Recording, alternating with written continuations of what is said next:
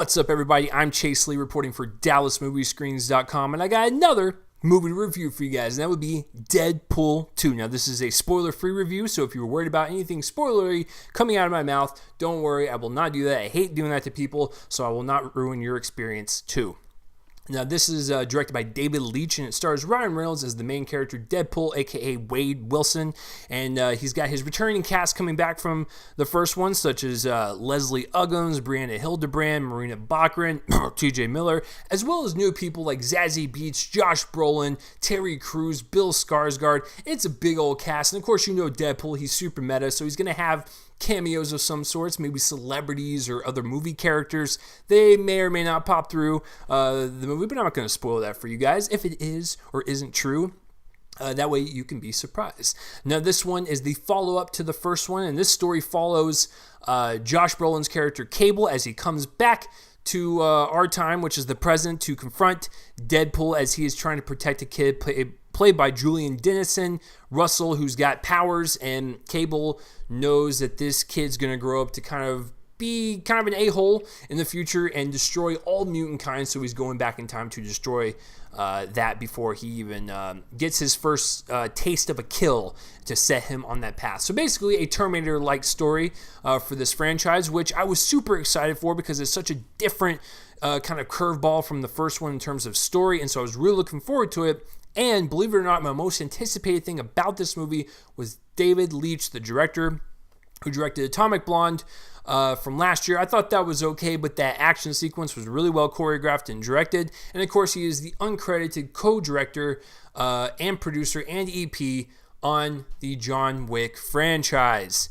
That is awesome. I love the John Wick franchise. I think it is one of, not if the best, action franchise going on in Hollywood today. So inventive, so stylish, and so fresh with the way the action scenes are choreographed and maintained in the frame. It's exhilarating to watch every single time. So I was really excited to see if he could bring over that same sense of action to the Deadpool franchise, which the first one really lacked, as well as balancing that humor and really advancing the franchise with its story and characters. I was excited to see it, and I'm glad to report to you guys, I actually like this one a little bit more than the first one, even though I have maybe the same problems with the first one. Let me explain myself. So what David Leitch does in this one, which I think is a vast improvement over the first one, is its action sequences. The way the camera moves with the action, the way it stays on the action and lets us see and kind of absorb what's going on and really kind of get into the moment is pure exhilaration. I love every single thing that this guy does action-wise. And it's really fun to watch, and it really just kind of heightens up that entertainment level to, the next level, where the first one, the budget was low. And so there was a couple action sequences that were low budget, and that was kind of my problem with the first one. This one has a bigger budget. There's no excuses, and they expand upon that. They utilize like I said, framing and editing and, style, and it injects so much energy into the movie. You have no idea. And that's why I was super excited about him coming over, and he does not fail. Another thing I was surprised about was the emotion behind this movie. There's a lot of tender and sweet moments between Wade Wilson and Vanessa, played by Marina Baccarin, coming back from the first one. The way the movie opens up was unexpected. The way the movie kind of weaves in and out of this really kind of just tender romance, I found to be quite emotional. And you know what? That has to do with Ryan Reynolds' acting. A lot of people poo-poo on the idea that Ryan Reynolds can act. You go, oh, this is Van Wilder guy. He's just nothing but, improv and quips. That's all he is. No, he is not. Watch the movie Buried, and you will see why this guy is a commanding actor on screen, and the voices, by the way, which is a really great one. He is a commanding actor, and he can grab your attention, whether it be on a light and funny side or a really dark and dramatic side. He can do it. He commands your attention in this one with the romance scenes, and they completely work. Like, I was actually surprised that these scenes worked so well as a counterbalance to all the zany kind of one-liners and quips and then with the kind of, hyper stylized, really violent action. It was a great mix of all three, well, for the most part, that it definitely heightened it from the first one, because the first one touched upon those romance scenes, but they never explored it. This was kind of, just another avenue taken with the romance, and I thought it was way better in this one than it was the first one. It was quite surprising and touching on an emotional level. Here is where the major problem lies once again. The action was fixed, okay. The humor was not. I would say like 85% of the humor in this movie does not work. Some of the crass and raunchy jokes work for me. There's a couple where I was like, sitting there kind of chuckling, like, huh, that was great. There was one physical sight gag that killed me, even better than the first one, because they build upon it and they made it even better, and that nearly had me crying in tears. That was probably the only time I actually really thought the humor worked for the movie. Where it didn't work is the references. References. A lot of people in my theater, God bless them, they loved the movie, they got into it, and they had a great time. I have no problem with that. But they laughed every single time the references would come up. Some of the references, cool. They were fun and cheeky as a fanboy. Or they were fun and cheeky in a way that those people and like, haha, that was a nice dig at them.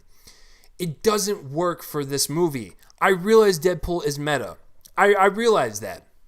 But for me, just like with the first one, these references do not work because of the context of what they're given, and just from the way they're written and delivered, it's just like they feel so forced and so unnatural to the progression of the story. If you're going to do references and be super, meta, I'm fine with that. But it needs to be tackled a little bit more gracefully, I guess. I don't know. It's just every time when there was a reference, it felt abrupt. Even though, like I said, I will fully admit, as a fanboy, cool. They were fun, a little light. And I'm like, hey, that's cool. But if you're going to review it as a film, it doesn't work. I'm sorry. On the other hand, the cameos do work. I do like some of the may or may not movie characters that show up, and I like maybe some of the celebrity cameos that may or may not show up as well. I think those were worked really well because they worked within the context of the scene, and some of them were unexpected, and it was really kind of fun to see. So those actually work, but the references do not. I thought everyone else in the movie did really well, performance-wise and just character-wise, in terms of really getting into their character and having fun with it. Josh Brolin is Cable. He's fantastic. And the thing is, a lot of people are going to bring up in the reviews, they're going to compare it to the Thanos. Cool, I get that, because the movie came out 3 weeks ago. That's cool, everyone knows that. But that's not this movie, okay? You need to review the movie as it stands. And I'm telling you right now, Cable is so radically different that Josh Brolin can do anything. And he's really great as Cable. He's gruff, he's badass, and he really gets into Wade's face and slaps him down every time when Wade tries to make a joke. And it's great because it's great contrast. It's a good yin-yang situation to where I would rather follow them throughout a journey inside of a story somewhere rather than, have Deadpool interact with someone who's just as jokey as him. It just wouldn't work. It'd be too much overload. It's a great contrast. Another surprise was Julian Dennison, who was the young man from Hunt for the Wilder People, and I thought he was really great in that, and he was really great in this as Russell, the kid that Cable was trying to come kill. He was definitely a surprise. He was raunchy and in your face, but I thought it totally worked just because Julian has such a mature attitude about it that everything that he was saying was funny because, yes, he is a kid, but I thought it worked for his character because he was a kid and he felt like a real kid. He didn't feel like he was being restricted or anything from what he said. He felt real. He felt really energized in his performance, and I really loved watching because he really got into it, and that made me excited to watch him. Another thing I really liked was Zazie Beetz as Domino. She was a really nice presence to cut through the movie and its energy. She was fun to watch. Not really much to her character, but she was fun to watch. Let's see. Other than that, that's pretty much it. Because I'm I think the most important thing that I really took away from this was the story was more engaging and exhilarating. The action was really well shot and really well handled, especially with a bigger budget. The humor didn't work for me, but the acting, I think, overall is good, whether it be on the lighter, funnier side or the darker, dramatic side. I think everyone, for the most part, had fun with this, and that is something you can kind of enjoy while watching. This is a ridiculous movie that goes all over the place, breaks the fourth wall, makes those references, but you know what? When it boils down to it, it's just a fun time at the theater. And post-credit scene, a lot of people are going to bring it up. I'm not going to spoil it, but let's just say Ryan Reynolds goes back to his previous decisions in his career and does more stuff with it, because he references his past career stuff in the first one. He takes it to a whole new level in this one, so take a look out for that. But this is a fun time at the theater. I enjoyed it quite a bit, even though I had problems. I'm going to give Deadpool 2 a B+. So what did you guys think of Deadpool 2, or have you even heard of it? Of course you have. Have you seen the first one? Have you seen the second one? Comment in that place that's right below my face. Let me know what you thought on both of them. But I would highly recommend it if you were a fan of the first one, or if you're a fan of superhero films. Just go have a blast. Just go do it. So I'm Chase Lee, guys, reporting for DallasMovieScreens.com, and tune in next time for whatever I review next. I will see you guys later.